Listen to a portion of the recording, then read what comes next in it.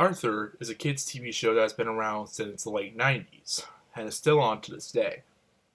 It's one of the weirdest reality-based shows that took examples for kids. I grew up with it and still watch it on weekday mornings when I don't have school. This story, though, will explain what has soured me from buying other old episodes on tape. I had written this description of the episode a few years back and left it on my computer, and after much thought, I decided to release it.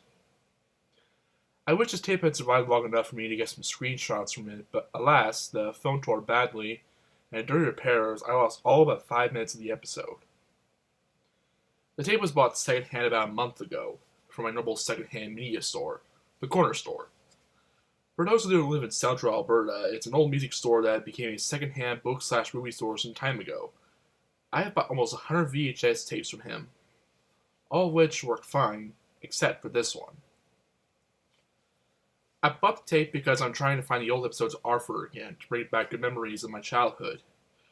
I love that show, and still watch it to this day. As all should know, they used to make it, because the show ended in 2022, and the new ones are nothing to brag about. The animation looks cheap, rather rushed. The stories are often dual, and the focus on mental illness in children, like the one about the kid with Asperger's, feels out of place. Characters have changed. The bullies are now good guys, Francine is even more of a bitch, and DW no longer has moments to make her seem like more than a spoiled brat. The show's been ruined. To escape this mess, I went out to buy some old episodes on tape. Home recordings were of particular interest, so I could see some of the old commercials that had aired at the time. I bought about $5 worth of old tapes, each 50 cents. They all seemed fine. Each was properly labeled with episode times, recording dates, and timestamps. The one that caught my eye was titled Death of Grandma, recorded on March 5th, 1998, with a lone timestamp, 1524 Rossa Channel. It was an episode I did not know, from air date that seemed almost too old to be trusted. I noticed the title had been written on a patch of whiteout. I decided against scraping it off. Perhaps it was a recording of something in the people's lives. I decided to watch it first. The beginning was the opening of Arthur. The theme song sounded a bit tinny, probably due to bad recording equipment.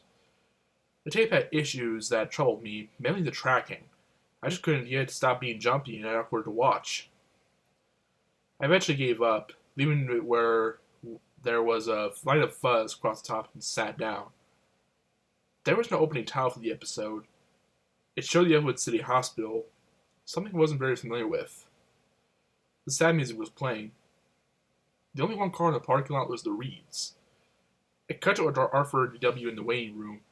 Arthur was reading a Scare Your Pants Off book, while DW annoyingly pestered him about the story. The volume was bad, making it hard for me to listen to. I'll do my best to recreate what they were saying, though it's hard to remember.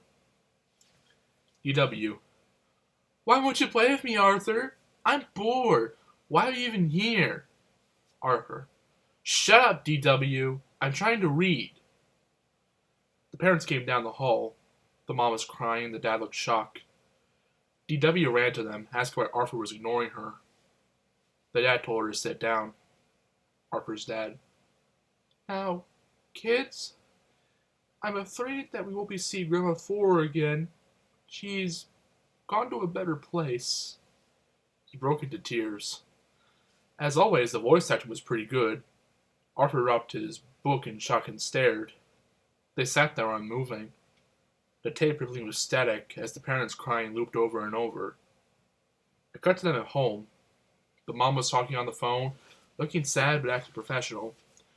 DW was staring at the TV, but it was at a black screen. Baby Kate was just sitting there, unmoving. The dad was baking a wedding cake, his face grim. The doorbell rang and Arthur opened the door. It was Buster. Buster. Hey, I heard what happened. You want to go down to the Sugar Bowl and talk? Arthur. Sure. The shot of the Sugar Bowl appeared, but there was no music, only wind blowing. I noticed what was fall in this episode as dead leaves were littering the ground. Arthur and Buster were sitting there, not talking, not moving, It reminded me of the still frames that sometimes appeared in the old TMNT show. Buster spoke, but his mouth was not moving with the words at all. Buster. We should go do something fun to cheer ourselves up. Arthur just stared at him, eyes blank. It jumped suddenly to the funeral. Everyone was in black. There was no music, only crying. The casket was pure white, draped in flowers. It showed Arthur, his face wet with tears, before the imagination sound cue came in. The casket opened, and it wasn't Grandma Thora, but instead his mom. Her face was heavily wrinkled like in the episode where DW got lost in the mall while thinking about what life would be like without her. Her teeth were showing and the color was off, being more of a yellow than normal white. Her eyes suddenly opened, but they were not human. Rather black button eyes like on Arthur's stuffed bear Stanley. He screamed and everyone vanished, leaving him alone in the church. The walls fell in, exposing a red and black streaked sky. DW's laughter could be heard, high and rapid. There was a loud bang and the images stopped. Arthur was sitting there with his face pale. His mom was whispering something to Dad. DW was crying. They were walking in a single file line to the coffin. As Arthur got closer, you could hear the buzzing of flies. He swallowed and wiped his eyes. The coffin lid was open. He looked in, and there was a shot of his face. He was enraged. There was a flash of white and the sound was gone for a moment. Suddenly, they were in the car again. The episode ended. As for the commercials, they weren't anything amazing. Just some ads for Chick-fil-A and KSPS. The next part did have a title, Recovery. It was written on a plain white background. I could hear DW screaming like when Arthur strangled and punched her before the episode started up. The family was at home. It seemed a continuation of the previous part. DW was in her room, solemnly playing with her dolls. The parents were reminiscing of her pictures, and Arthur was in his room. When Pal came in and started barking at him, wanting to play. Arthur got up and kicked the dog. He kept kicking him.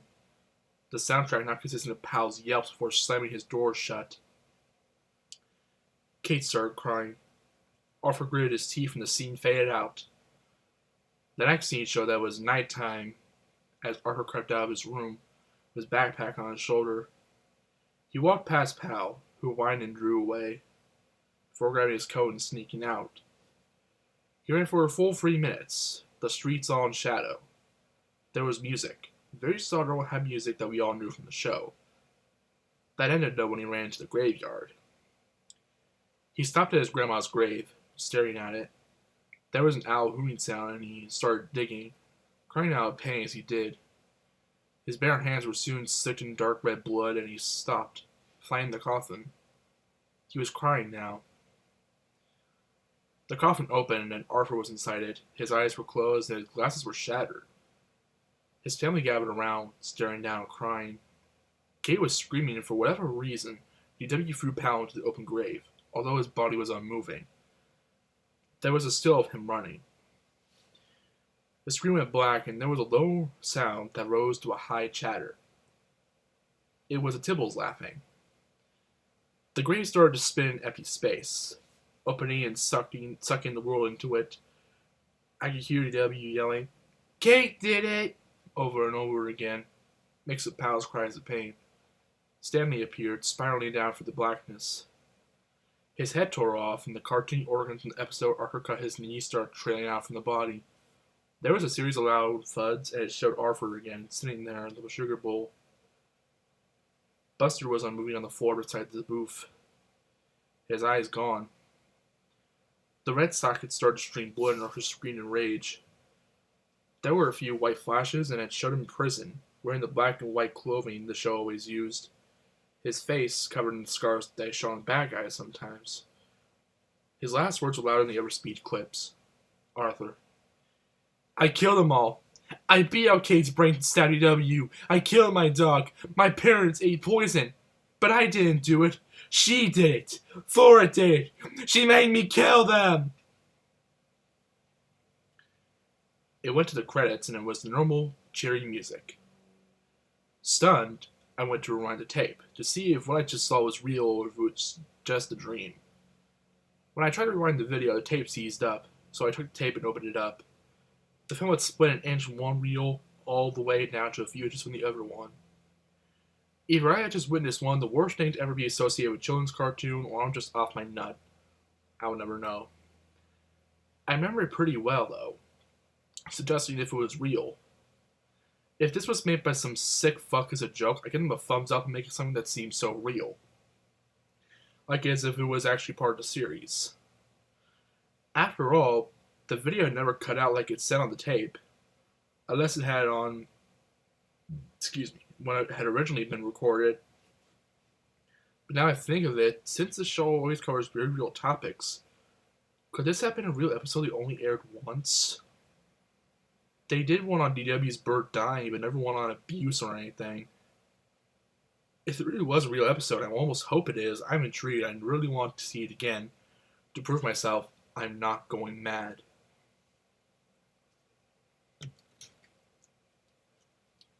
I was once so dumb, I tried to climb Mountain Dew!